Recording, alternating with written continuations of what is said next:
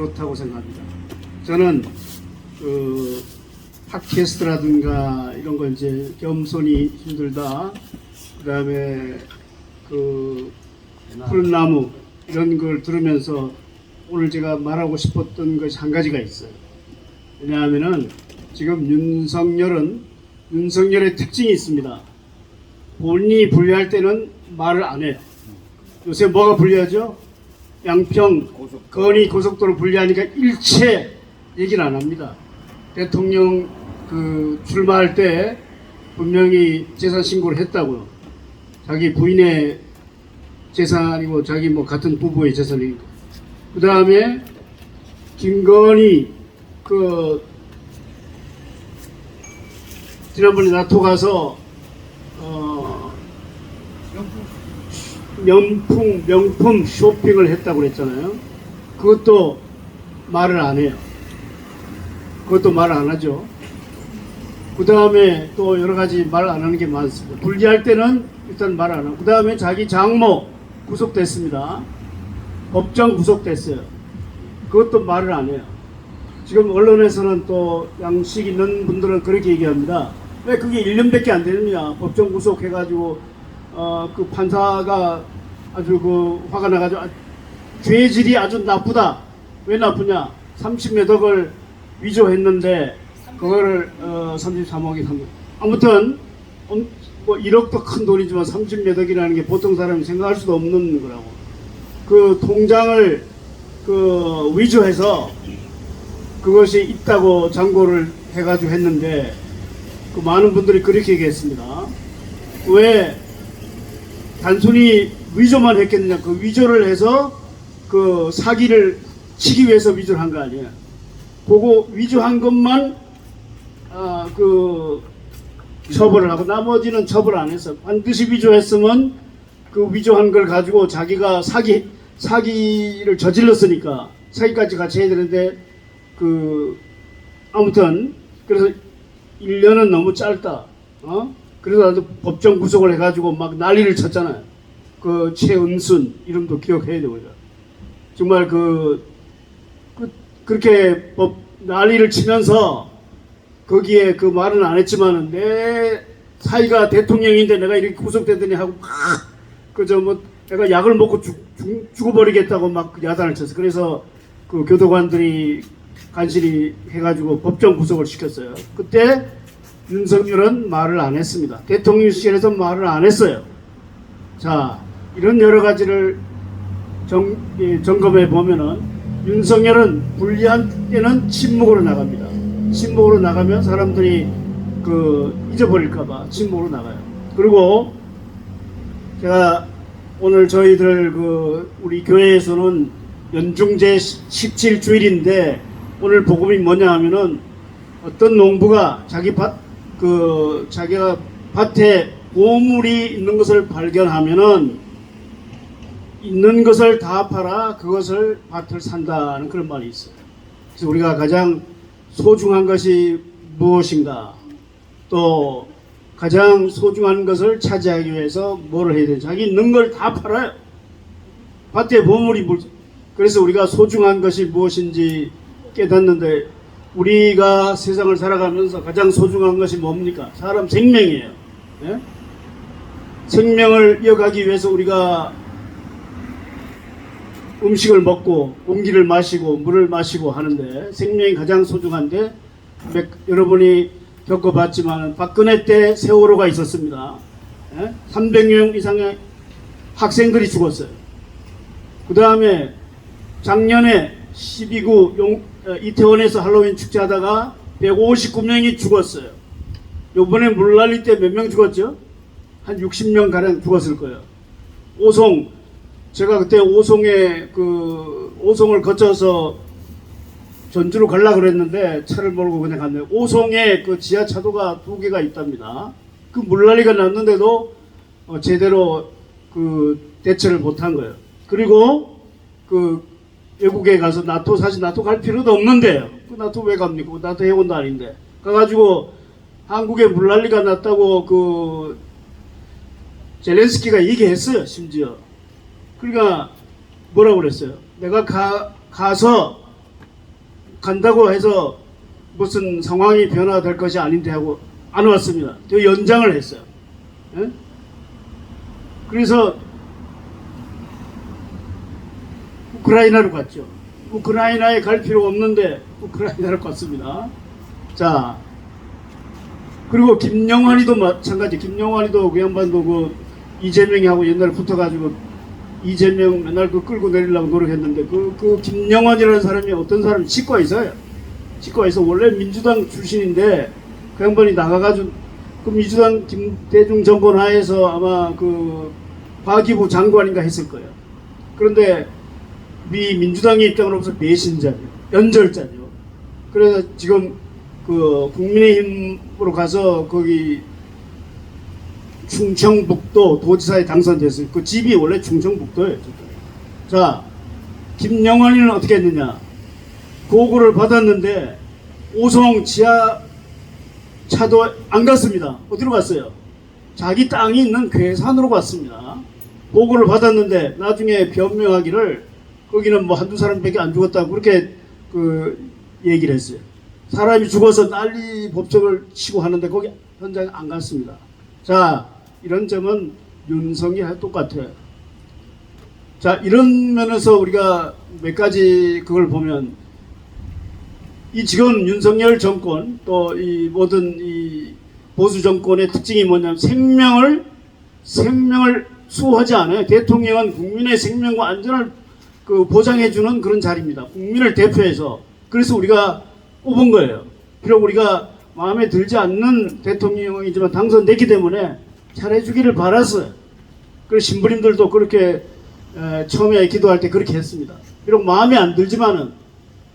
그리고 어떤 신부님도 그랬어요. 자기 밤새도록 대표를 지켜보고 실망했다. 야, 어떻게 이런 사람이 대통령이 될 수 있나. 여러분도 다 실망했을 거예요. 저 또한 이재명이 당선될 것으로 믿었는데 뭐 어떤 결과에 어떻게 일단은 우리는 승복을 해야 되는 거니까.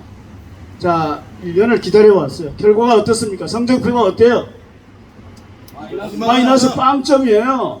대통령으로서 가장 우리가 그 소중한 국민의 재산에 대한 국민의 생명에 대한 안전을 지키고 보장해야 되는데 오로지 자기 사리사욕에만 해가지고 결국 그 나타난 게 뭡니까? 양평건희 아저씨가 나타난 거예요.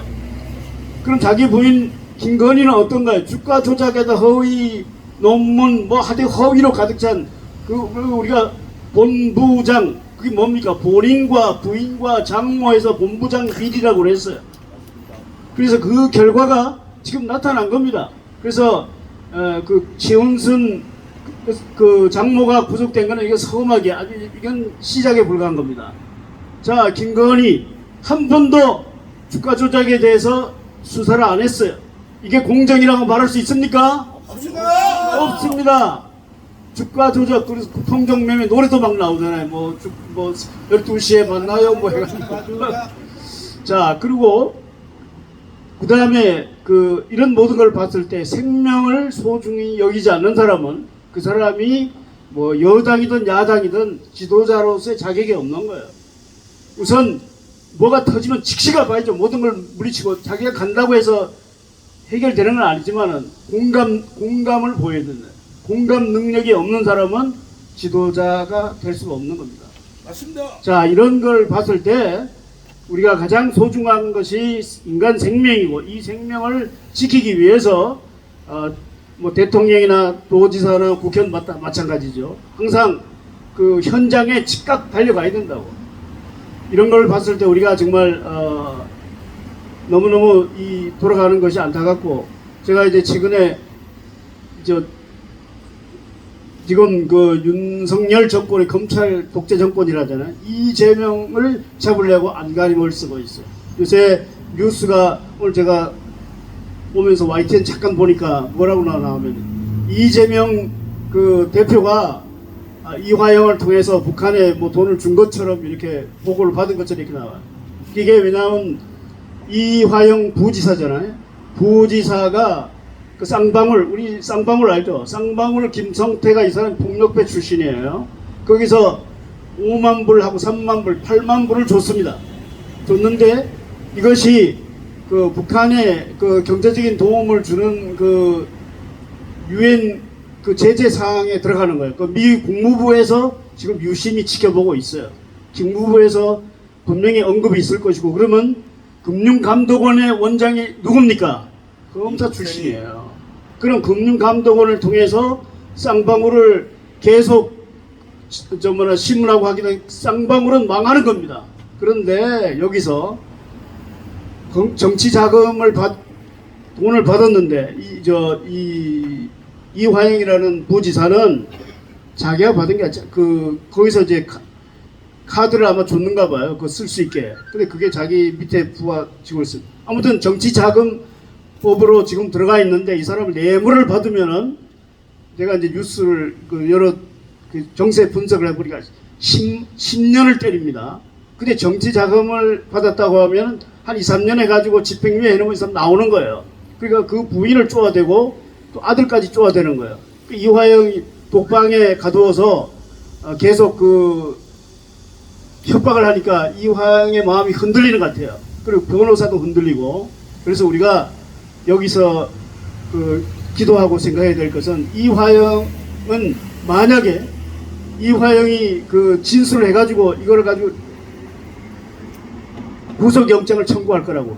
그러면 이재명을 잡으면은 자기들의 목적이 이루어지는 거예요. 이재명이 절대로 저는 돈을 줬다고 생각하지도 않고, 지금 대장동을 파니까 누가 나옵니까? 윤석열이가 나와요. 박영수가 나왔습니다.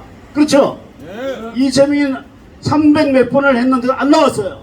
이건 뭡니까? 이재명 그런 면에서는 깨끗하다는 거예요. 그 능력이 입증됐잖아.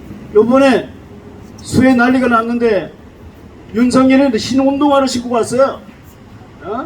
근데 이재명 이런 사람들은 전부 다 뭘 신고 갔습니까? 장화 운동화 신고 갔어요. 누가 대통령 같아요? 이재명 대표가 대통령처럼 보인다고. 그래서 우리는 이런 걸 종합해 봤을 때 절대로 그거 되지 않도록, 이재명이 만약 구속되고 들어가면 민주당 망하고 우리나라 대한민국 망하는 거예요. 이재명이 대통령이 되든 안 되든 상관없지.